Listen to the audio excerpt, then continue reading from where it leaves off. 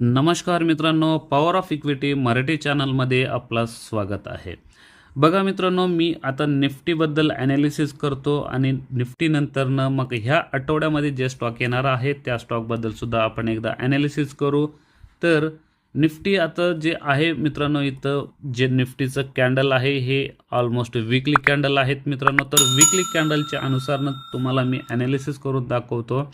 जे इथं life time हायला जे आहे इथं हाय, त्यानंतरनं मी इथं जे हाय बनला आहे हा इथून एक ट्रेंड लाईन ड्रा केलो आहे आणि त्या ट्रेंड लाईनपासून पुढं ड्रा केल्यानंतरनं इथं सुद्धा का नाही ह्या ट्रेंड लाईनला ब्रेकआउट मिळालेला नाही. कारण का तुम्हाला सांगतो बघा, आता ही जी ट्रेंड लाईन आपण ड्रा केला ह्या ट्रेंड लाईनला काय म्हणतोय हे तुम्हाला माहीत आहे का? जर माहीत नसेल तर माहिती करून घ्या मित्रांनो.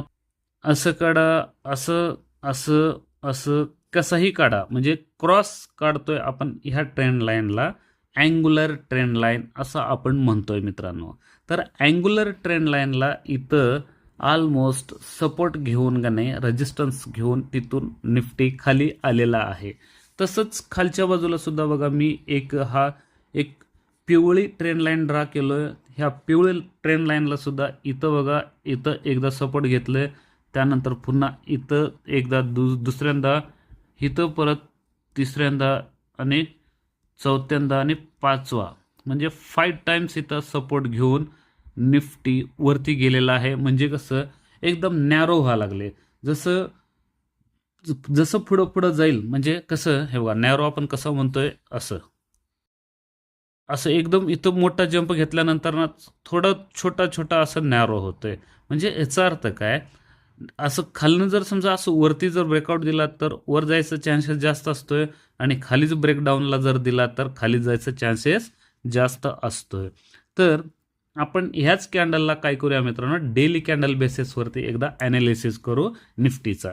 तर डेली कॅन्डलच्या अनुसारनं जर समजा आपण जर बघितलं तर बघा मित्रांनो, तुम्हाला एकच सांगतोय, हे सगळं जे काही मी ॲनालिसिस करतोय हे फक्त एज्युकेशन पर्पजसाठी मी ॲनालिसिस करतोय मित्रांनो. तुम्हाला मी कसलाही म्हणजे तुम्हाला टिप गायडन्स वगैरे देत नाही मित्रांनो, हे लक्षात घ्या तुम्ही. ते सगळं टाईप आणि गायडन्स देण्यासाठी मी सेबी रजिस्टर्ड नाही आहे मित्रांनो.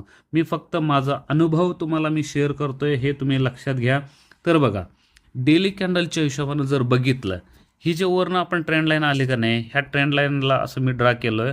तर इथं जबरदस्त रेजिस्टन्स घेतला, म्हणजे इथं हायला ॲक्च्युली ही जे ट्रेंड लाईन आपण जर मागं घेतलं तर हाय जे होतं तिथून मी ड्रा केला, असं कम्प्लिटली असं मी ड्रा केलेलं आहे. तर इथं रेजिस्टन्स घेतल्यानंतर ना इथून कम्प्लीट असं खाली आलं. खाली आल्यानंतर काय केलं बघा मित्रांनो, इथं जे आपण लो होतं, इथं जे प्राईजमध्ये एक लो लागलेला होता आणि इथं एक परत पुन्हा एक लो, म्हणजे 2, हा एक 3, हा एक 4 आणि 5. बघा 5 पॉईंट्स आहेत तिथं. म्हणजे खाली तोडणं एवढं सोपं नाही आहे मित्रांनो. जसं वरच्या बाजूला आपल्याला इकडं इकडं मागं जर बघितलं तर तिथं एक असणार आहे आणि हा एक 2 रेजिस्टन्स आणि हा एक तिसरा रेजिस्टन्स आहे मित्रांनो. म्हणजे खालच्या बाजूला आपल्याला 5 सपोर्ट आहेत आणि वरच्या बाजूला 3 रेजिस्टन्स आहेत. तर वरचं रेजिस्टन्स तोडायला सोपं जाईल असं वाटायला लागले. म्हणजे ह्या महिन्यामध्ये काय होणार माहिती आहे का, ऑक्टोबर महिन्यात कम्प्लिटली क्वार्टरली रिझल्ट लागणार मित्रांनो.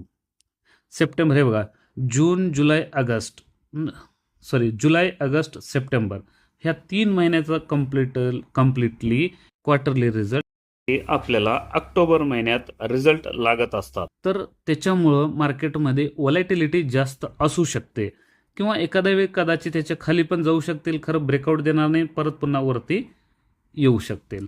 तर ह्या पद्धतीनं आता ऑलमोस्ट निफ्टीचा चार्ट तयार झालेला आहे मित्रांनो. तर आपल्याला निफ्टीचा जे सपोर्ट आता सध्या दिसते, आपल्याला रेजिस्टन्स जे दिसतोय ना, ते 25,000चा स्ट्रॉंग रेजिस्टन्स दिसतोय मित्रांनो.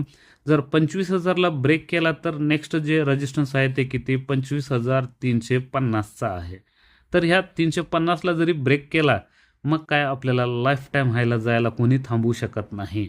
तर खालच्या बाजूला जे सपोर्ट आहे आपल्याला ते किती, 24,500 पहिला सपोर्ट. त्यानंतरनं त्या सपोर्टला जरी ब्रेक केला तर दुसरा जो सपोर्ट आहे आपल्याला राऊंड फिगर 24,000चा, हे 2 सपोर्ट आहेत आणि वरच्या बाजूला 2 रेजिस्टन्स आहेत.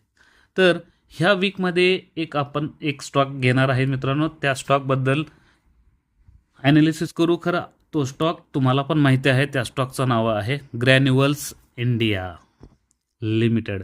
बघा, ऑलमोस्ट मी सगळं ॲनालिसिस करून ठेवलेलं आहे. म्हणजे मी बाय करायच्या आधी पहिला ड्रॉ करतोय, मग नंतर ब्रेकआउट झाल्यानंतर मी बाय करतोय मित्रांनो. तर आता मी वीकली कॅन्डल घेऊ, म्हणजे डेली कॅन्डलच्या अनुसार होतं याच्या आधी. तर बघा, हा स्टॉक कंप्लीट इथून खाली वर गेला कंटिन्यू नॉन स्टॉप. त्यानंतर इथं एक आपल्याला रेस्ट घेतला. तर हे बघा, ह्या पॅटर्नला काय म्हणायचं हे तुम्हाला पण माहीत असेल. तर ह्या पॅटर्नला आपण काय म्हणतोय, flag and pole. Flag and pole असं म्हणतोय आपण, राईट. तर बघा, ह्या फ्लॅग अँड पोलला इथं आपल्याला ब्रेकआउट मिळाला आणि इथून सुद्धा कंटिन्यू वरच्या साईडला गेल्यानंतर इथं टॉप लागल्यानंतर कंप्लीट 2 आठवड्यात हा स्टॉक खाली आला. म्हणजे हा खालच्या बाजूला आपल्याला एक फ्लॅग अँड पोल बनला आणि ह्या फ्लॅग अँड पोलला इथं ब्रेकआउट दिला आणि परत तिथून खाली आला. बघा, तर ही जी ट्रेंड लाईन आहे ह्याचं मागं सुद्धा सपोर्ट आहे, त्याच्यामुळे तुम्हाला ही ट्रेंड लाईन दिसते मित्रांनो. तर बघा, इथं सपोर्ट घ्यायचं किती प्रयत्न केले बघा. वरनं खाली आल्यानंतर इथं एक सपोर्ट घेतला, परत इथं 1 महिन्यानंतर पुन्हा एकदा सपोर्ट घेतला, परत पुन्हा आता इथं एक सपोर्ट घेतला. आणि इथं सपोर्ट घेताना हा एक कॅन्डल 2 बनलेले आहेत. त्या कॅन्डलचं नाव काय आहे तुम्हाला माहीत असेल तरी सुद्धा मी सांगतो. बघा, ह्या कॅन्डलला आपण ट्विझर बॉटम म्हणतोय. ट्विझर बॉटम, ह्या ट्विझर बॉटम म्हणजे बॉटमला बनलेला, त्याच्यामुळं आपण ह्याला ट्विझर बॉटम म्हणतोय. आणि इथून हा स्टॉक कम्प्लिटली वरती गेला आहे. तर इथं वर गेल्यानंतरनं हे बघा, वीकली कॅन्डलमध्ये इथं एक हाय लागलेला होता आणि त्यानंतरनं इथं सुद्धा का नाही ब्रेकआउट द्यायचा प्रयत्न केला. खरं इथं एक छोटासा आपल्याला न्यूट्रल कॅन्डलसारखा बनला आहे. न्यूट्रल कॅन्डल म्हणजे काय, तुम्हाला मी एक्झॅक्टली कलरमध्ये काढून दाखवतो. बघा, असं. ओके, ह्याला आपण म्हणतोय neutral candle. Sorry, neutral candle. तर ही कम्प्लिटली असं हे ट्रेंड लाईन मी ड्रा केलेलं होतं. बरोबर त्या ट्रेंड लाईनला असं टच करून पुन्हा तिथून दुसरी एक कॅन्डल आली मित्रांनो. ती एक कुठली कॅन्डल बनली, ती बॅरिश मोरूबाजू. कुठलं, बॅरिश मोरूबाजू. हे ड्रॉइंग काय एवढं खास नाही आहे मित्रांनो, समजून घ्या. ही बॅरिश मोरूबाजू. तर इथं ब्रेकआउट द्यायचा प्रयत्न केला. कुठं, हे बघा, इथं ब्रेकआउट द्यायचा प्रयत्न केला, खरं ब्रेकआउट दिला नाही.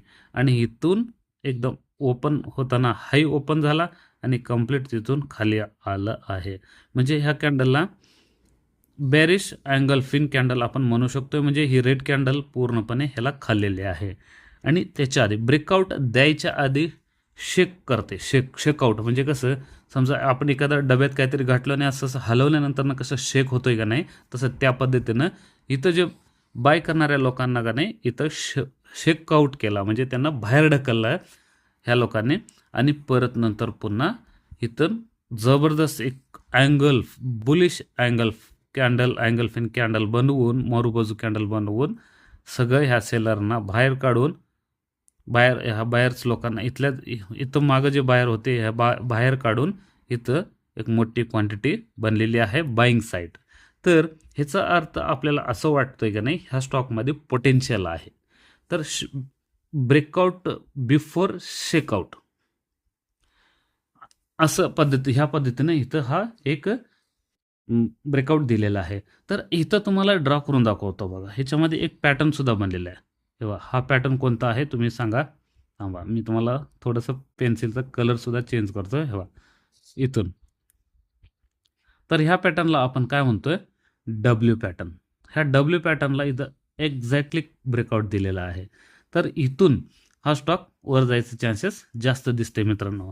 स्टॉप लॉस जर लावायचं असेल तर तुम्हाला ही जे अँगल फिन कॅन्डल आहे त्याच्या लो स्टॉप लॉस लावायचा आहे. आणि तो स्टॉप लॉस सुद्धा तुम्ही स्वतः काढू शकताय. तुम्हाला मी सांगालोय बघा ड्रॉ करून.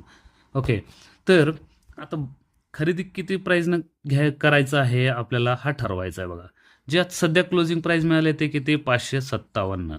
ओके, तर त्या 557 पासून जरी समजा खाली आलं तर काय रेंजपर्यंत आपल्याला खरेदी करायचं आहे, ते म्हणजे 520 पर्यंत आपण ह्या स्टॉकमध्ये खरेदी करू शकतोय.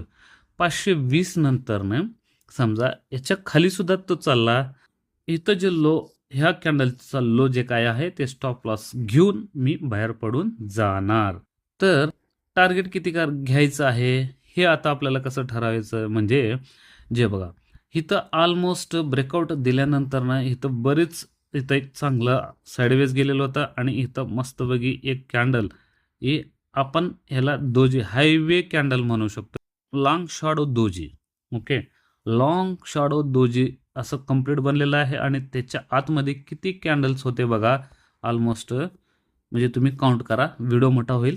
ओके, तर जो हार्ट वरच्या बाजूला आपल्याला टॉपला जे बनले आपण त्याला म्हणतोय रेजिस्टन्स. त्या रेजिस्टन्सचा पहिला टार्गेट राहील आपला. पहिला टार्गेट किती आहे 627. ओके, तर पहिला टार्गेट आपला राहील 627. तसंच दुसरा टार्गेट काय आहे, जे लाईफ टाईम हायचं जो आहे इथं ते किती 720. म्हणजे ऑलमोस्ट ह्या प्राईजपासून ही price almost 93 rupees highest target आपल्याला मिळू शकतो, म्हणजे डिफरंट आहे दोन्हीमध्ये. ओके, तर हा एक खूप चांगला टार्गेट राहील मित्रांनो. जर तुम्हाला ह्या प्राईजला जर समजा 557ला तुम्ही खरेदी केला, एक्झाम्पल तुम्ही जर 100 क्वांटिटी बाय केला, तर 627ला किती 627ला तुम्ही 50 क्वांटिटी इथं सेल करू शकताय. किती, सॉरी, SEL सेल, ते सेल नाही, जे दुकानात लागते ते सेल नाही मित्रांनो, सेल करू शकतोय आपण. ओके, समजा 50 क्वांटिटी आपली राहिली इथं आणि त्यानंतर स्टॉप लॉस जरी हिट झाला तरी तुम्ही लॉसमध्ये राहू शकत नाही मित्रांनो. पहिला टार्गेट घेतल्यानंतरनं राहिलेलं 50% क्वांटिटी तुम्ही SL मधून जरी समजा बाहेर पडला तरी तुम्ही लॉसमध्ये राहू शकत नाही. आणि समजा दुसरा टार्गेट पण कंप्लीट झाला तर वेल अँड गुडच आहे, म्हणजे आपल्याला चांगलं प्रॉफिट मिळणार. तर असंच ॲनालिसिस करता आपण पुढच्या आठवड्यामध्ये भेटू मित्रांनो. तोपर्यंत धन्यवाद.